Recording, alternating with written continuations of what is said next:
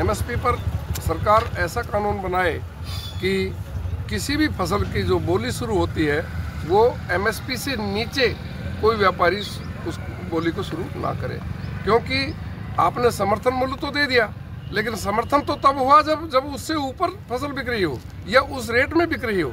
ये मेरे पास के ही स्टेट जो कि हरियाणा में, वहाँ मार्जिन दिया जा रहा है, वहाँ जो भावांतर दिया जा रहा है, तो राजस्थान में क्यों नहीं दिया जा रहा?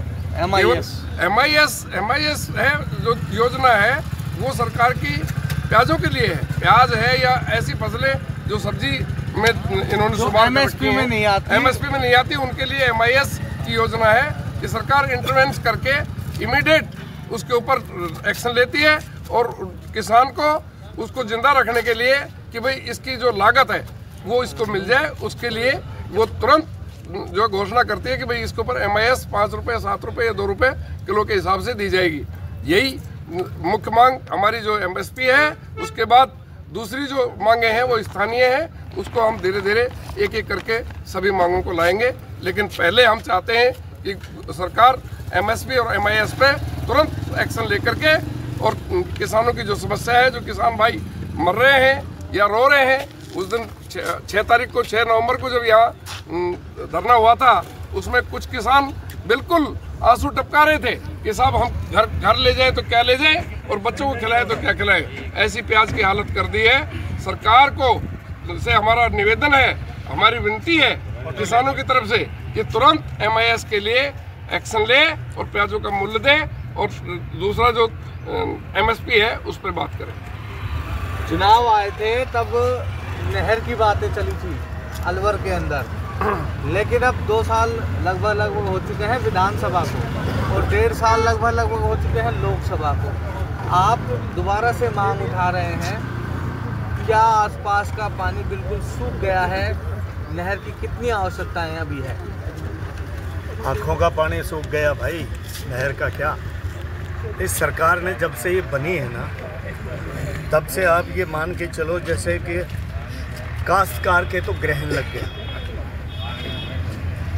काश्तकार की ऐसी हालत हो गई है कि वो अपनी फसल को कृषि उपज मंडी की तरफ जब लाता है ना, तो 10 बार सोचता है कि यार मुझे इसका उतना भी मिलेगा क्या जितना मैंने खर्च किया। अभी तक तो मिला नहीं।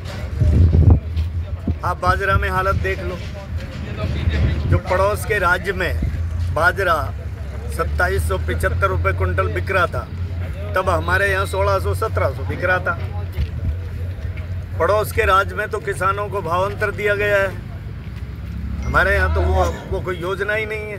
एक बार है ना, जो नए दर्शक है ना, जिनको भावांतर के बारे में नहीं पता है, उनको एक बार भावांतर का मामला जो है वो भी समझा दीजिए।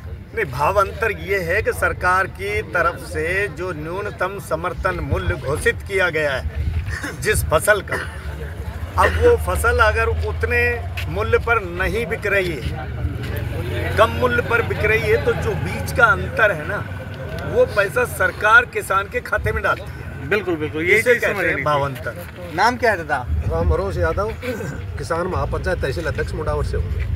तो किसान तो राम भरोसे हैं, सरकार भरोसे अब? अरे साहब, सरकार के भरोसे, राम के भरोसे तो थे ही कभी से ही, और आज सरकार के भरोसे सरकार ने तो किसानों को मार दिया। प्याज का 2 रुपये किलो प्याज बिक रही है यहाँ, किसानों की लागत नहीं आ रही, बेचारे को किराया नहीं मिल रहा। इतने आते हैं सेल्फोस खा के मर जाए किसान, तो इतने की प्याज बिकती है मात्र, क्या करे किसान। 2 गुना जो भाव करने की कोशिश की थी प्रधानमंत्री नरेंद्र मोदी ने। अरे साहब, नरेंद्र मोदी ने 2022 में जब 19 के चुनाव आए थे, जब ये कहा था कि 2022 में किसानों की आय दोगुनी कर देंगे, मुझे ये लग रहा है किसानों की आय दोगुनी नहीं, ये 1/4 हो गई, कम करवा दी। अच्छा, किसान तो मरने के कगार पर है। कुछ यहाँ कोई भी चीज का युवा किसान नेता भी बैठे हुए हैं। भाई, किसानी करने का मन करता है भाव को देखकर? सबसे पहले तो राम राम। किसानी तो नरेंद्र भाई हमारे दादा परदादा बापू और हम भी कर रहे हैं। किसानी तो मर मर कर, तिल तिल कर, कर्जा लेकर फिर भी किसानी कर रहे हैं। लेकिन मैं सरकार, जब ये नेताओं को याद कब आता है, इन लोगों को नेताओं को याद आता है वोट के टाइम पे। किसान वोट जैसे ही किसान दे देता है, सरकार को जिता देता है, तो वो भूल जाता है, सरकार उस किसान को भूल जाती है। मैं एक किस्सा बताना चाहूँगा आपको भगत सिंह का। जब अंग्रेजों ने जेल से भगत सिंह को निकाला तो कोई पहचान ना पाए भगत सिंह को, उनके टुकड़े कर दिए गए और जैसे ही लोग भड़के और उन टुकड़ों को नदी में बहा दिया गया।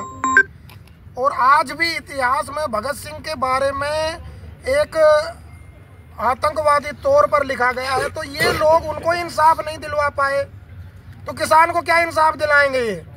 ये सो रहे हैं और ये कुछ कह रहे हैं कि सब्र करो, किसान पिछली बार कमा गया है, इस बार सब्र करो। तो कमा तो वो ट्रैक्टर कंपनी भी रही है, वो सब्र कर ले, इस बार किस्त में सरकार कर ले, केसीसी लोन में सब्र, उसको जरूरत नहीं है सरकार को, किसान सब्र करेगा, किसान ही है सब्र करने के लिए। तो नरेंद्र भाई कुल मिला के ऐसा ही है, किसान को अगर जिंदा रखना है तो एमएसपी से ऊपर उसको देना पड़ेगा और किसान तभी जिंदा रहेगा और जब ही किसानी कर पाएगा।